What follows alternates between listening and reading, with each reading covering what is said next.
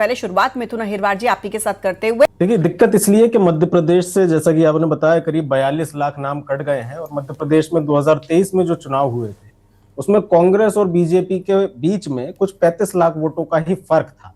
तो भारतीय जनता पार्टी क्या मानना चाहेगी कि भारतीय जनता पार्टी जो चुनाव जीती थी वो फर्जी वोटों के जरिए, घुसपैठियों के वो जो वोटों के जरिए जीती थी?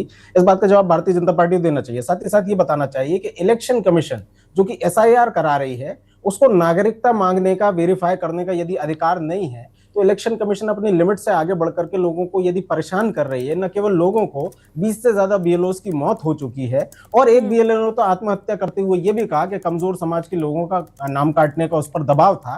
तो इन सब बातों को लेकर के यदि कांग्रेस पार्टी आवाज उठा रही है तो उसके पॉजिटिव आउटकम ही सामने आएंगे। इससे पहले भी जितने निर्णय हुए हैं इस एसआईआर प्रक्रिया में, जो बदलाव हो, चाहे आधार कार्ड को लेकर के हो, चाहे अन्य प्रावधानों को लेकर के हो, लगातार विपक्ष की मजबूत आवाज उठने के कारण ही हुए हैं। तो जहां जहां हमें लगता है एसआईआर प्रक्रिया में गड़बड़ हो रही है, वहां हम अपनी आवाज उठा रहे हैं। और अब जो ड्राफ्ट, यानी आपको लग रहा है कि कांग्रेस के जो वोटर्स हैं वो कट रहे हैं सीधे सीधे? देखिए, वोटर कांग्रेस के कटे या बीजेपी के कटे या किसी के भी कटे, अगर किसी व्यक्ति के पास 18 वर्ष की उम्र है और वो भारत का नागरिक है तो उसकी एंटाइटलमेंट है वोट देने की। बीजेपी और कांग्रेस का यह मकसद नहीं है। मकसद ये है कि वो लोग जिनको वोट करने का अधिकार है, जिनके पास प्रॉपर डॉक्यूमेंट्स हैं, जो इस देश के नागरिक हैं, उनके वोट करने का अधिकार, इलेक्शन कमीशन को काटने का अधिकार नहीं है। ठीक है, लेकिन समय तो दिया जा रहा है ना मिथुन जी, और कितने लाख मृत बताए गए हैं, कितने दूसरी जगह पर शिफ्ट हो गए हैं, तो समय तो दिया जा रहा है ना दावे आपत्ति पेश करने का।